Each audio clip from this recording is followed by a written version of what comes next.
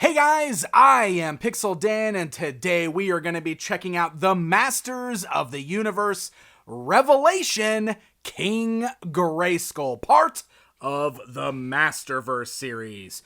So this, of course, is King Grayskull as he appeared in Revelation in the Netflix original series. This is a Target exclusive, I believe. At least it's hitting Target stores right now. And as you can see, this is one of the deluxe figures where it's in the much larger window box packaging, giving you a few extra accessories, an alternate head. It is a huge box for everything that we've got going on in here, but maybe it's because of the cape. But the deluxe figures have been coming in these larger style boxes.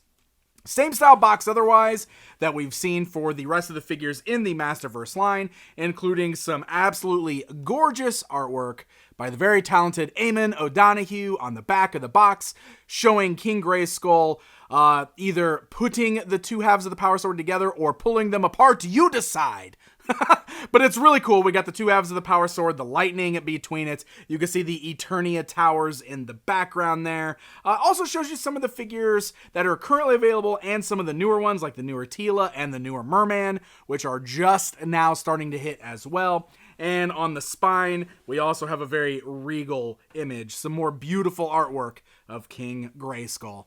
So let's go and get this figure pulled out of the packaging and we'll get a closer look at it. All right, so we've got our King Grayskull outside of the packaging. Bringing in the tape measure, you can see that the figure stands right at the 7-inch mark, just like the rest of the figures in Masterverse. Now, the base body on this guy does seem to be shared with some of the other figures in the line, like the basic He-Man and some of the other figures that we've seen. But I will say there's a lot of great stuff going on here. First of all, I really love the cape with the fur here. You can see the armor here. I also love this, like the asterisk-like logo on the armor is a direct nod to the 2002 series, which is the series that introduced King Grayskull to the world. And I actually really, really love that. But this cape is a really, really cool effect. You got this very floofy part on the top. Now, this is actually Velcroed to the armor. One thing I will say about it is it does tend to fall backwards a lot. In fact, when I first pulled him out of the package, this is what he looked like. So you do want to kind of pull that up because I believe that's supposed to be sitting over the shoulders. It does have a tendency to fall down quite a bit, but you can just kind of slide it back up. Like I said, it's just Velcro here. There's Velcro that's just going underneath the armor, which is pretty ingenious on there. Now, the cape itself is pretty cool. I've been a bit critical of the cloth capes in the Masterverse line, and while it does seem to be made of the same type of material as the rest of the capes, I do appreciate that it has the wire in there, much like the San Diego version of Scareglow, and I kind of like the tattered look of it at the bottom. But the wire is always a nice touch because that allows you to pose it around for some dynamic poses. You can get the great kind of windswept look with the cape, and that really does just make the cloth accessory look so much better when you can actually pose it around for the display. One thing that I really don't like about it is this big dumb tag that's on there. I think that is ridiculous. And I know that it's probably a way to put, the trademark information. Look, it's actually got washing instructions on there. There's probably legal reasons that Mattel has to do that. And I'm sure you could just cut that off, but still, I hate it. I think it sucks that it's there. Otherwise, I think the cape is pretty cool. Like I said, the wire in there really helps it. As long as you can kind of keep pulling it up over his shoulders, because like I said, it does have a tendency to fall back. But I think that's a pretty cool look for the character. It's nice too the way that his head is molded with his hair, because the ponytail is designed to sit over that big floofy part of his cape, which is pretty cool. I love the piece in his hair that looks like the He-Man H symbol. I think that is pretty cool.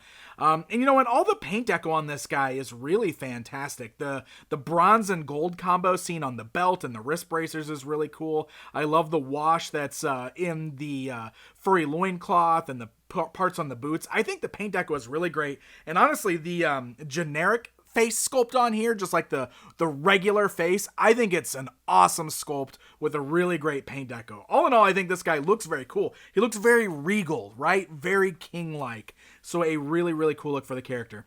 I want to show you guys this real quick. So let's pull the cape off. I'm just going to remove the Velcro here so you can see. It's actually very strong Velcro too, by the way, but you can just pull that off from the armor. And I mentioned how this is molded to fit over the cape. So you can see when you remove it, it does look a bit weird, like it's not sitting naturally on his back. It's not super noticeable, especially from the front, but he definitely loses something when you take that cape off, right? That cape really, really makes the character. But of course, the armor is removable. It's just like all the other armors that we've seen.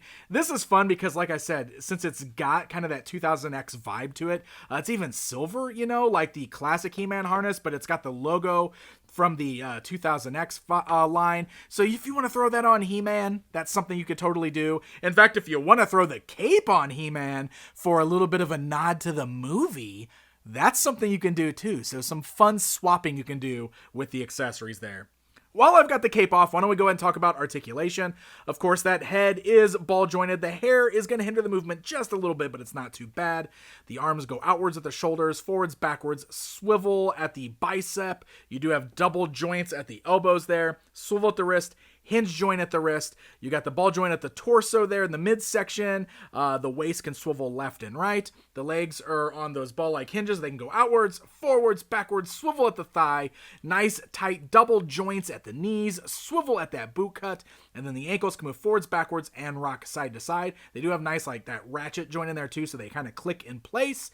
So all in all, articulation is what you should expect from this line. But everything feels good and tight on this guy. It holds really, really well. So there's some good posing options here.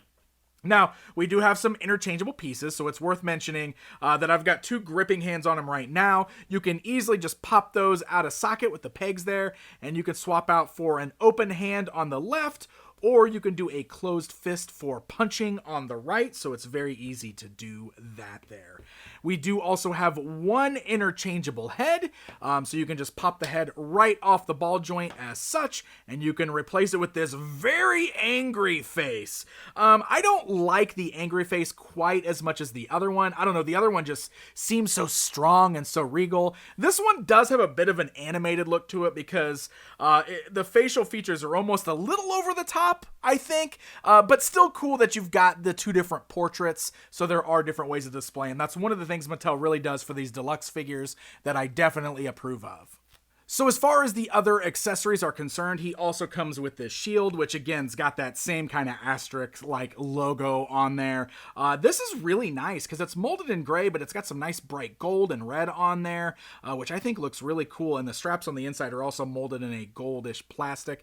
So this works like the other shields we've seen, where it's got the larger one that go over the forearm, and then the smaller strap, which goes over the fingers there. And it actually gets on there nice and snug, so it looks really good in the King's arm there. So very, very cool stuff. In addition to that, he also comes with the two halves of the power sword. Now, I think this is pretty cool. This time around, they look the way they actually looked in the Revelation series when the swords were separated, which is a really neat concept, how they kind of become two whole swords, and they have the gold and the purple. This is, of course, a great homage to the vintage toy line, where the original idea was for there to be two halves of the power sword, Skeletor's half and He-Man's half, and in order to gain access to Castle Grayskull, you had to merge the swords together. So this is way better than what we got with that San Diego version of Scareglow, that monstrosity of a sword. The only difference, of course, is you can't actually stick these together. There's no way to form them together or clip them together. But honestly, I think it's pretty cool getting two swords that are actually like detailed the way they're supposed to look, and they're whole swords. So you can display him just holding on to the one, or you could do two as if he's ripping the sword in half to keep it safe, or putting it back together. Pretty cool stuff, and definitely an awesome accessory to include with this particular figure, in my opinion.